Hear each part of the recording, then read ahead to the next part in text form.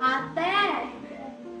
Oh, bakit? Kanina pa ako nagugutom. Hindi ko ako nakain.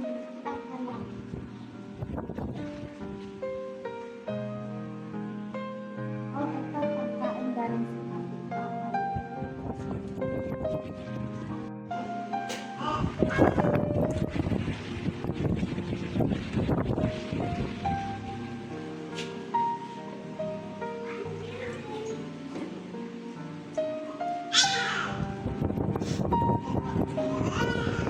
paano ka, ate? Ito, ate. Hatid tayo.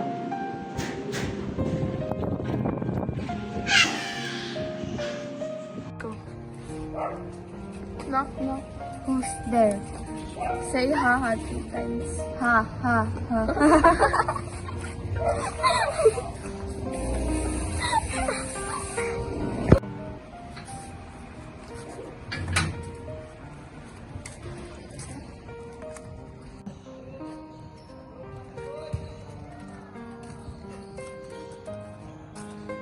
Wait, ulit. Sean. Ate, nakagraduate na ako! Nakagraduate ka na rin! Yay!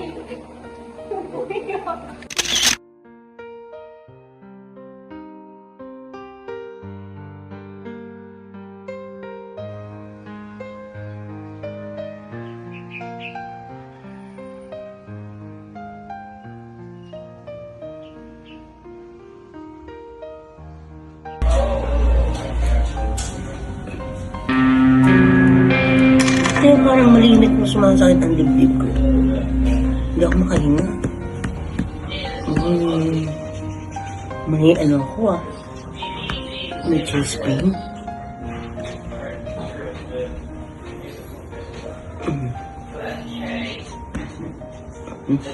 Kaya ang gagawin ko. Dati na masakit ang papalimit ata ito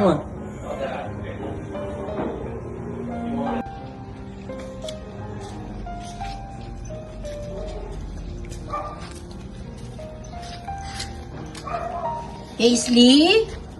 Kaisley? Oh, bakit? Ano kailangan mo?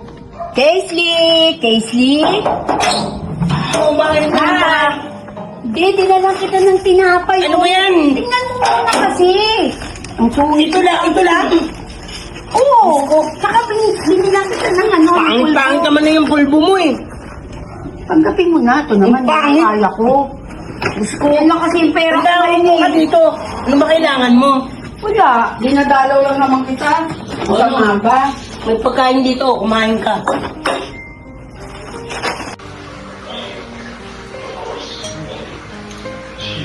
Ano ba yung punta-punta pa niya dito?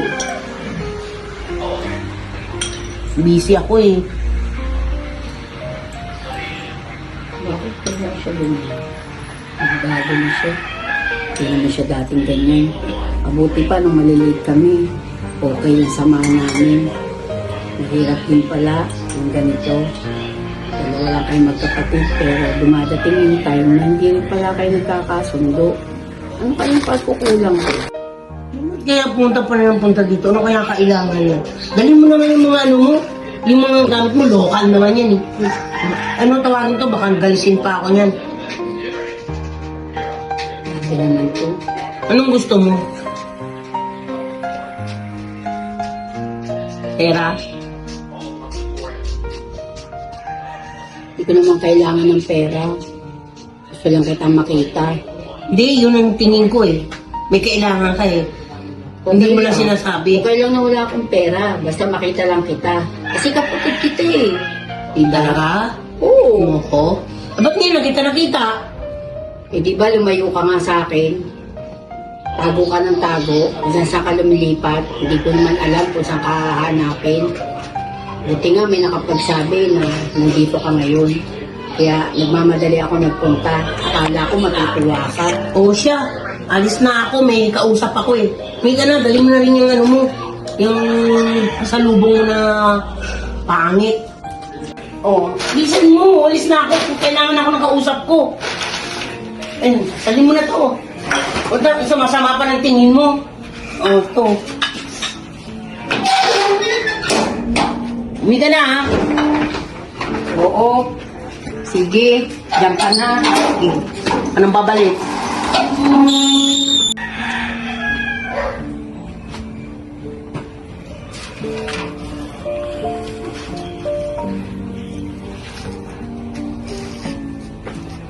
Iwan na talaga ako. Ang bihira.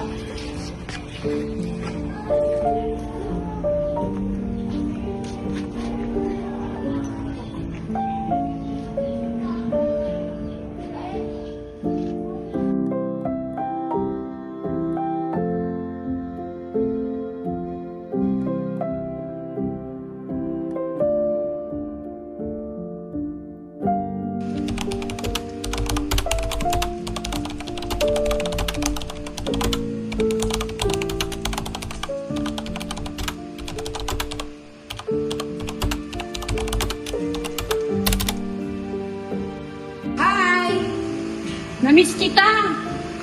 Namiss talaga kita. Teka. Andito ka na naman. Buti na lang wala nang tao. Ano yung mga office mate ko? Ano ba kailangan mo? Kasama kong pupunta dito para lang makitaan ka. Ano nga kailangan mo? Pera o yan? Huwag mo muna at umalis ka.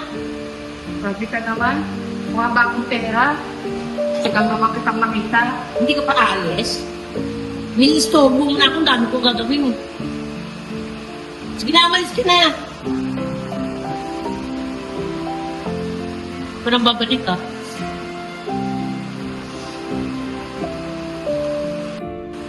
Tulong? Tulong mga kukuha ko sa inyo, wala naman ako mapapala. Masakit ka naman. Bakit nga ganito po? Ay, hilo ako. Bakit ka?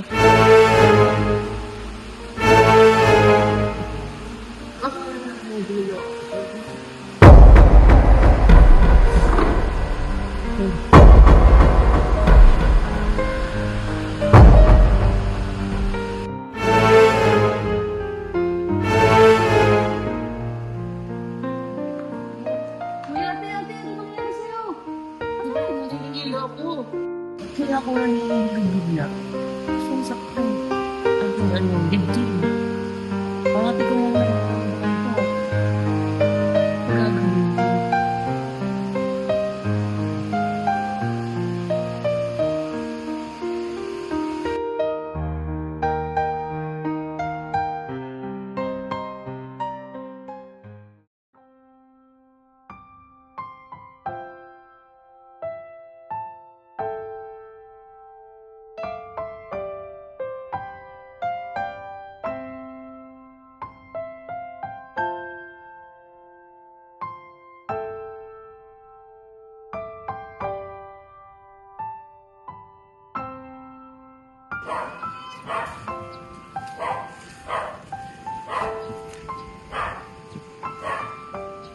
Kaya yun.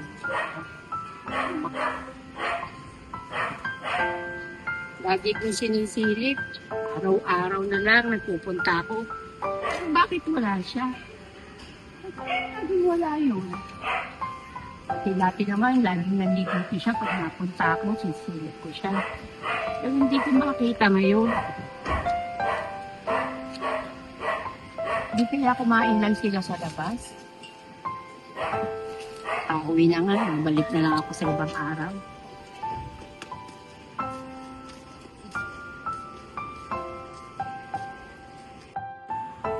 Usapin ko yung naglilinis. Kung may tao naman.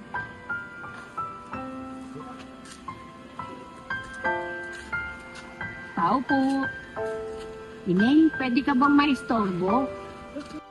Pwede ba ako magtanong? Ano po yun? Nakita mo ba yung babae na kaupo dyan? Dinig ko yun eh. Hindi ko alam. Hindi ko na po siya sumasagot ang hute. Ha? Ganun ba? Opo. Ang sakit pala siya. Hindi ko man lang nalaman. Saan kayong hospital siya dinala? Sa pagkakaalam ko po sa Pilat, malayong balik dito. Hindi ko lang po ano eh. Hindi, maraming salamat ha. Sige po.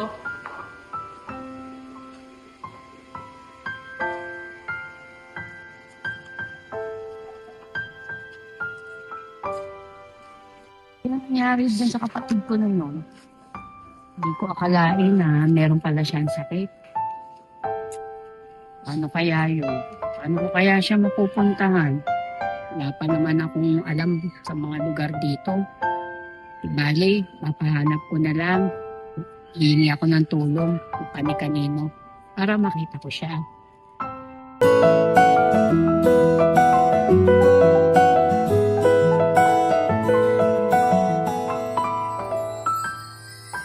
Ang tanong kaya si ate. Namimiss ko lang. Hindi mo lang ako dinadalang. Alam mo na ba yung may sakit ako? Nakakaya naman sa kanya. Ano mga pinagsasabi ko. Sana mapatawad niya ako pag pumunta siya doon. Hindi ako ng tawad sa kanya. Anong nangyari sa'yo? Kailan ka pa nandito? May dadalawang linggo na eh. Kaya pala, pagpunta ko lagi doon, sinisilip kita. Wala ka. Nag-alala nga ako ng gusto sa iyo eh. Anong nangyari? Anong sakit mo? Ngayon mo na lang kung bigla eh. Hindi pa nakikita yung findings. Ano sakit ko? Sabi ko naman sa iyo, di ba? Pagpasabi ka lang para mapuntahan kita agad. Wala akong nautusan eh. Sorry Tia sa mga sinabi ko. Wala yun. Naintindihan naman kita eh. Alam ko naman na marami akong pagkukulang sa iyo. Naintindihan ko yun. Hayaan mo, may awa ang Diyos. Nakakaraos ka rin. Sa kabila na lahat ng sinabi ko, patawad mo pa rin. Eh, kapatid kita eh. Pwede ba kitang itakwil ng ganun-ganun lang? Mahal kita kasi kapatid kita. Yun ang lagi mong tatandaan ha. Sorry Tia. Hayaan mo na yun. Huwag ka na mag-alala. Makakaraos din tayo. May awa ang Diyos.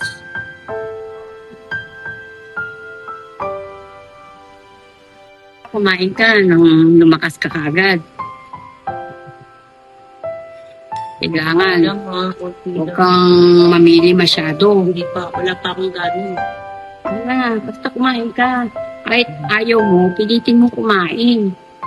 Para lumakas ka kagad. O kagaya ito, may gulay ito. Yan. Salamat ate. Okay lang yun. Naalala mo ba? Nung mga bata pa tayo, di ba ganito naman tayo? Lagi kita inaanohan ng pagkain. Tapos, sinusubukan kita. Ang saya-saya pa nga natin noon. Ewan ko nga lang ba, kasi minsan, yung sobrang hirap ng buhay, alam ko naman na nababago ang mga pag-ugali. Pero naiintindihan ko pa rin. Isa na lang, para lumakas ka. O, eto, inom ka ng orange juice yan. Pampalakas.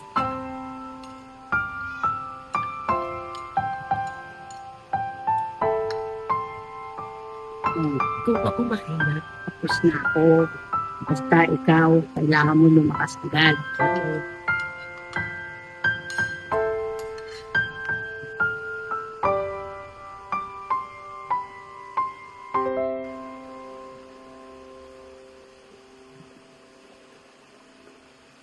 Sana hindi naman masyadong grabe yung sakit mo, no? Para hindi masaya tayo lalo. Lalo tayo magiging Hindi problema. mo pa natin, mag-birthday na ako. Ano regalo ko sa atin? Hindi ko pa nga alam kung ano maibibigay ko sa'yo. Pero hayaan mo, matatanggap mo yun. At alam ko na kailangan mo yun. Nasakit ko, alam na ba? Hindi. Hindi ko pa nakakausap yung doktor mo. Pero nagpipray naman ako na hinihiling ko na hindi ganun kagrabe. Sabi, Baka nalipasan ka lang ng gutom o kaya, oo, wala ka na kasing ginawa pag magtrabaho eh. Sabi ko naman sa iyo hindi mo man kailangang maghanap buhay ng maghanap buhay. Kaya ko pa naman maghanap buhay para sa iyo. ano naman yun, nasa ko po sa inyo. Okay lang. At least, healthy ka. Basta mag-pray ka ha. Pag-pray din kita. Hilingin natin sa Panginoon, sabay, na pagalingin ka na niya. Alam mo ba kung ano? Ay nako, sobrang love kita. Love din kita. Ang saya na natin. Okay? Okay. So, ano ba din naman yung sakit ko? Natakantaran ko na dito sa hospital. Hindi ko pa alam kung ano yung sakit ko. Ayon sa mga ginawa kong test sa kalagayan mo, mahina na yung puso mo. At hindi niya nakakayanin pa na ma-absorb pa yung mga binibigay nating test sa'yo. Siguro mga 3 to 4 months, probably. Depende yan sa gamutan natin kung kaya pa rin ng resistensya ng katawan.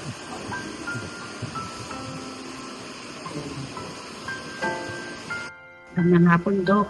Ano po ba ang katayuan ng kapatid ko? Sa ngayon, ayon sa mga ginawang test at diagnose sa kanya, kailangan niyang mag-undergo ng heart transplant para mapagtagal pa yung buhay. Yun na lang po ba talaga ang natatanging paraan? Sa ngayon, yun ang nakikita namin. Wala nang choice kundi mag-undergo siya talaga ng heart transplant. Meron na po ba kayong nakitang donor? Sa ngayon, wala pa. Alam naman po ng hospital natin. Kailangan talaga na makakita ka ng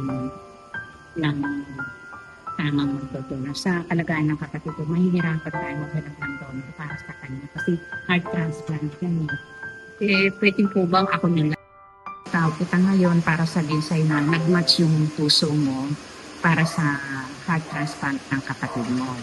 So, pwede na kahit bukas, pwede na tayo pwede na natin gawin yung operasyon. Talaga po?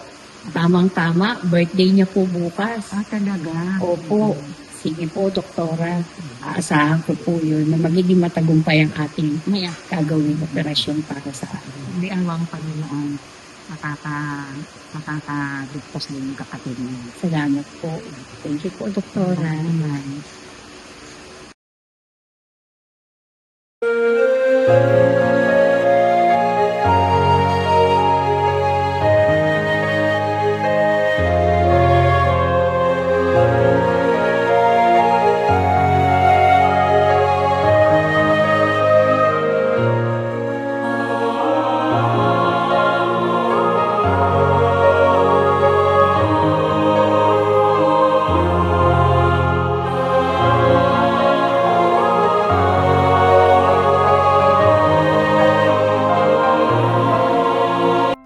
mababasa niya sulat na to. Wala na ako. Wala, kapatid.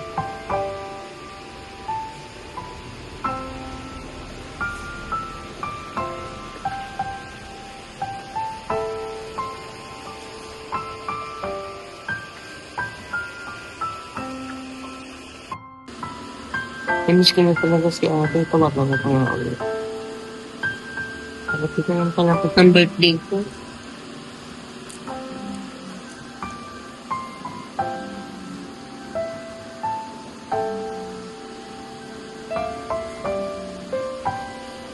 Hindi niya talaga sinasagot.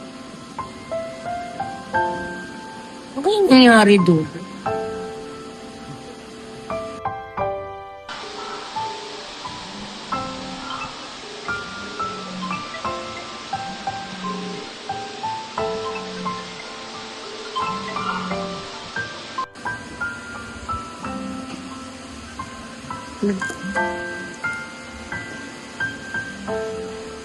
Ba't na ganun? Nagri-ring lang, hindi sinasagot. Ano ba nangyari doon? Hmm.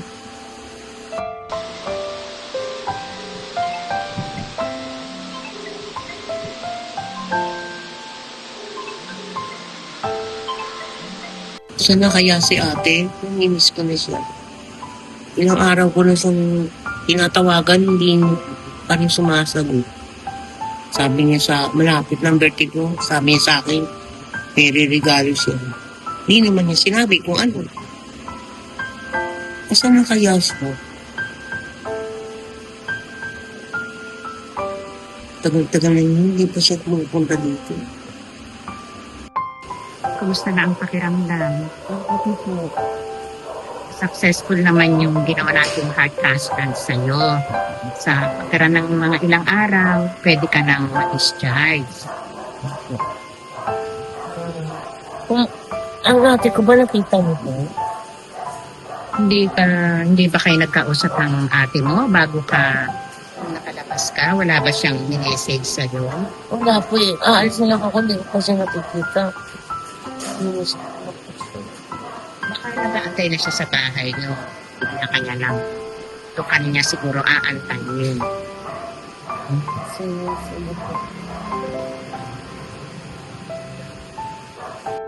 Bakit kaya ganun? Hindi mo lang niya ako pupuntahan dito sa hospital. Ang tagal ko nang hinihintay siya eh. Saan na kaya si ate? Miss na miss ko na siya. Sana pag nagkita kami ulit. Sa bahay ko na lang siya patitirain para magkasama na kami. Makabawi naman ako sa nagawa ko sa kanila. Tama lang.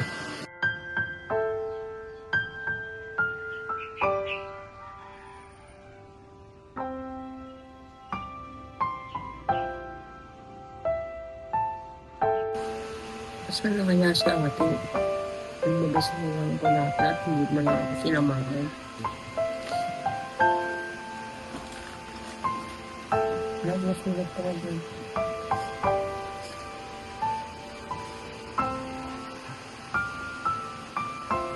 Mahal ko, kapatid. Kapatid, maligayang kaarawan sa'yo. Pasensya ka na kung di na tayo nagkausap. Di ba nagtatanong ka kung anong regalo ko para sa birthday mo? Sa totoo lang, wala naman ako talagang maireregalo sa'yo. Pero ito pala ang tamang regalo ko, kundi ang puso kong puno ng pagmamahal.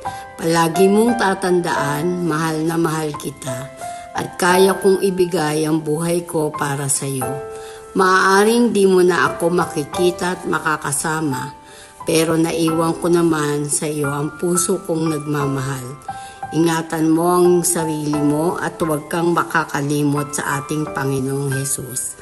Mahal na mahal kita. Love, ate.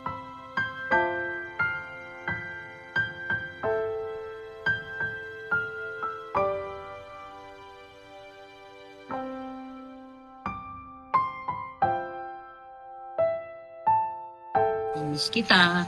Ang mga yakap mo. Yakap na lang ng kahapon. Mahal na mahal kita. Salamat, ate.